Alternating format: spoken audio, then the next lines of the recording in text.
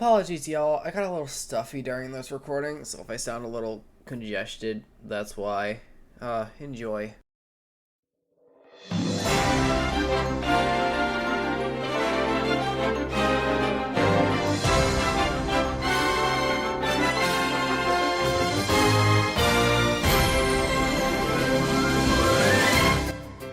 Sonic Lost World, a very beloved game to the fans.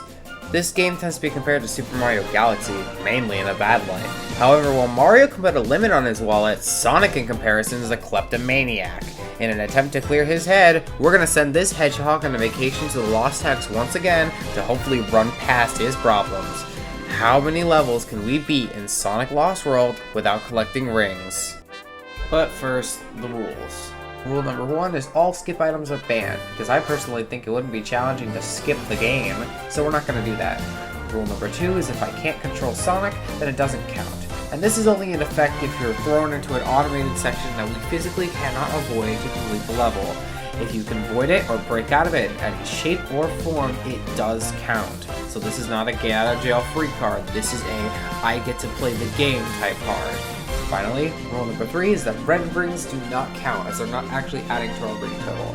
And I'll also be using checkpoints because I don't have Eternity to play Sonic game. With that out of the way, let's begin.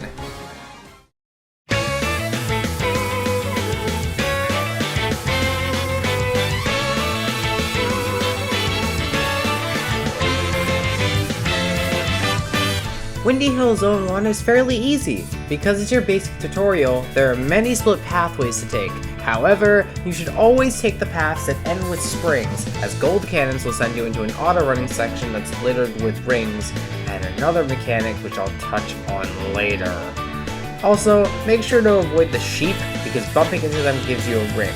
Other than that, as long as you're careful and don't rush through this level, it should be really easy.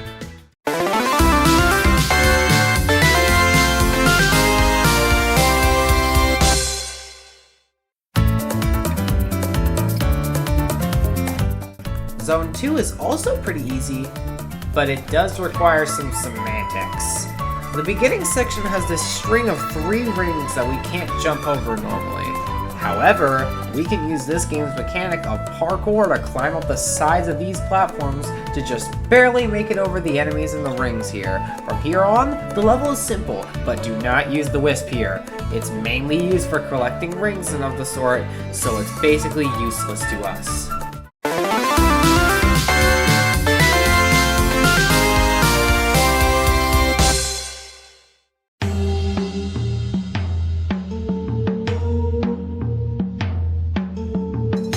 Zone 3 sucks.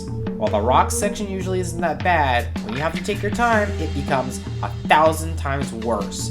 The crystal rocks are very likely to give you rings if you crack them open, so don't even think about breaking them. But by far the worst part of this level are the crystals on the ground. Touching them immediately gives you a ring, but they're placed so close together that most of the time you either have to go slow, use a laser wisp, or go fast to jump over them in one foul swoop. And the worst part of this is at the end, because the capsule is surrounded with them, so you must jump very, very carefully to just barely land on the capsule. And while this is not impossible, it's very, very annoying to finish.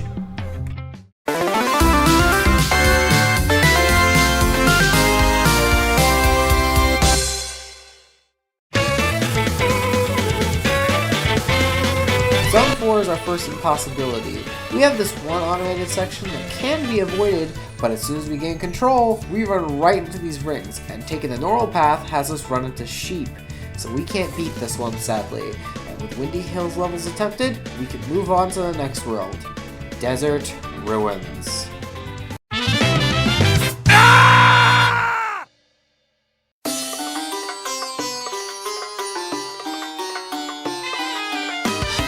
Zone 1 is relatively simple up until the first 2D section. From there, it's completely impossible due to this string of rings right here being just high enough that we can't climb over them. And don't even think about bouncing. Bouncing disables the ability for us to climb on the wall. So sadly, we take another loss. tell me, dear viewer, what happens when we take the most infamous level of the game and turn it into a nightmare? The answer...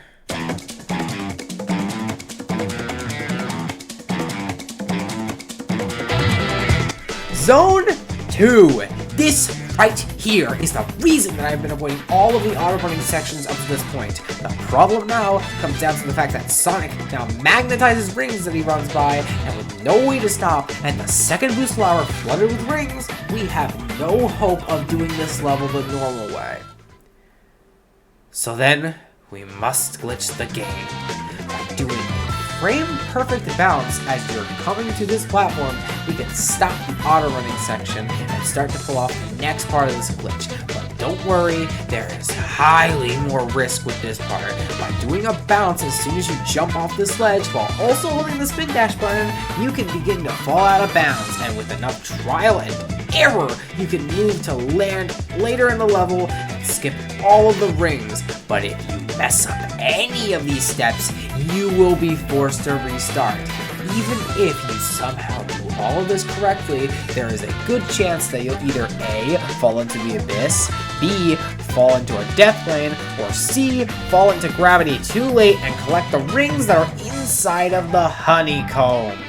Thankfully, the boss itself has no rings, so as soon as you make it to him, you are done.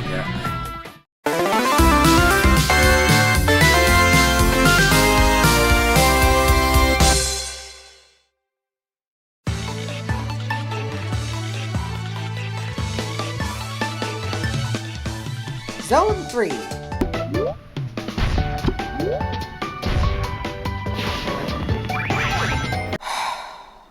Moving on.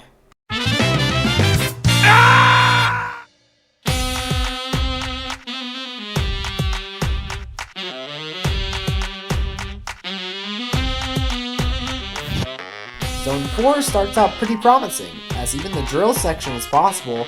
However, soon after that, we get to a section that we can't jump over, not even with the spin dash. We also couldn't go under it either because there's no space between the rings and the spring. This world was a pain anyways, so having to play less of it is fine by me. And with that, it's on to Tropical Coast. I'm not as sick anymore, let's go.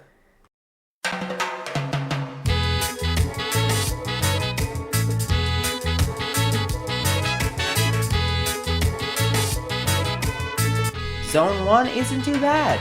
Playing it carefully and drilling if need be is a perfectly fine strat, but even then, you don't really need to. The end of the level, however, is pain and suffering.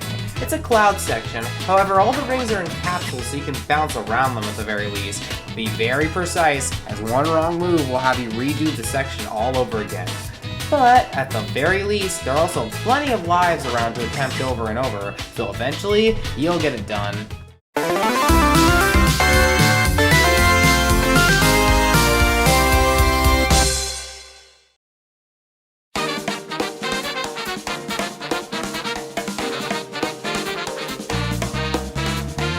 Zone 2 is a bit of a pain. Spherical planets make it very easy to accidentally jump into rings, especially when they spawn from Badniks, as all of Sonic's momentum will be stopped, so it's very likely that you'll jump into them, so be careful. The only other thing in this level is the rocket wisps, but we'll get into that later as they aren't an issue here.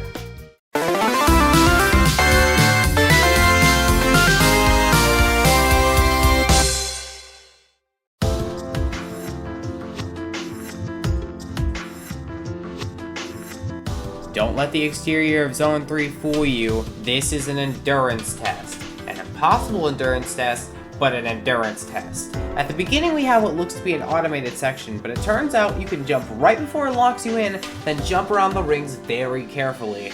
However, then we get to this part which I'm not even sure is possible, and even if it is, the rest of the level following is completely impossible.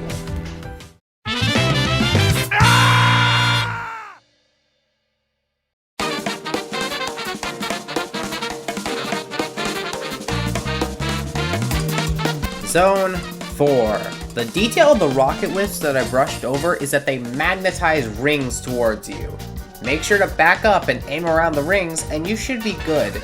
This pineapple planet becomes more annoying, but still hurts, and do not aim for the balloons. They grant you 1 ring for popping them, so they are a no-go. And after all of that, even if we don't count this flower, we can't make it over this generous section right here, making this level sadly impossible.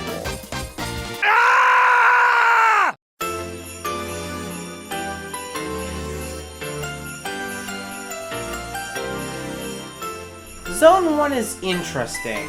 Most of the planets are pretty simple, but we do have another cloud section which has rings just sitting around, meaning they can be easily magnetized towards us with a high jump, so be wary of using those.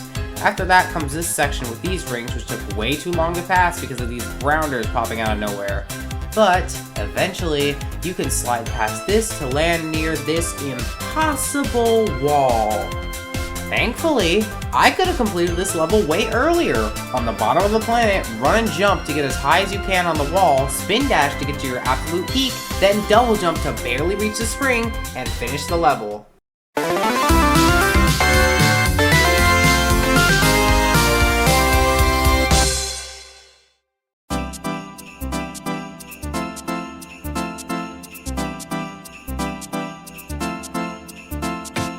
Zone 2 is impossible because while we can avoid most rings, we can't avoid pushing the pool balls into the holes, and doing so grants us 10 rings each.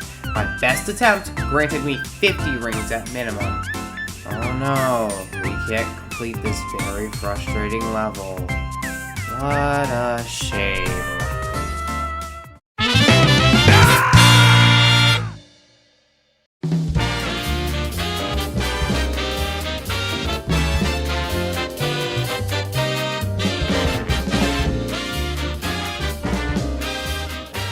Okay, this is pretty funny. Zone 3, despite being a casino, is really easy.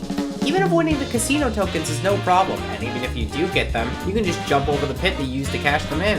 The rest of the level is really open as well, so no automated sections are forced, and all of them can be completely avoided without touching on Sonic's gambling addiction. However, if you die on pinball a lot, you'll be forced directly into a skip capsule, so don't mess that up, and this level is a non-issue.